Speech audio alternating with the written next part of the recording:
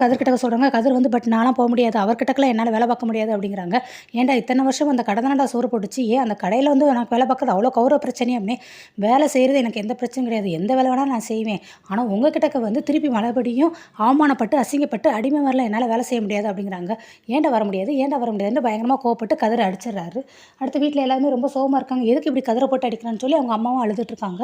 ஆனாலும் வந்து அவங்க மாமா தாய்மாமா வந்து பழனி கேட்குறாங்க. எதுக்கு இப்படி கதிர போட்டு இந்த அடி அடிச்சீங்க அப்படின்னு.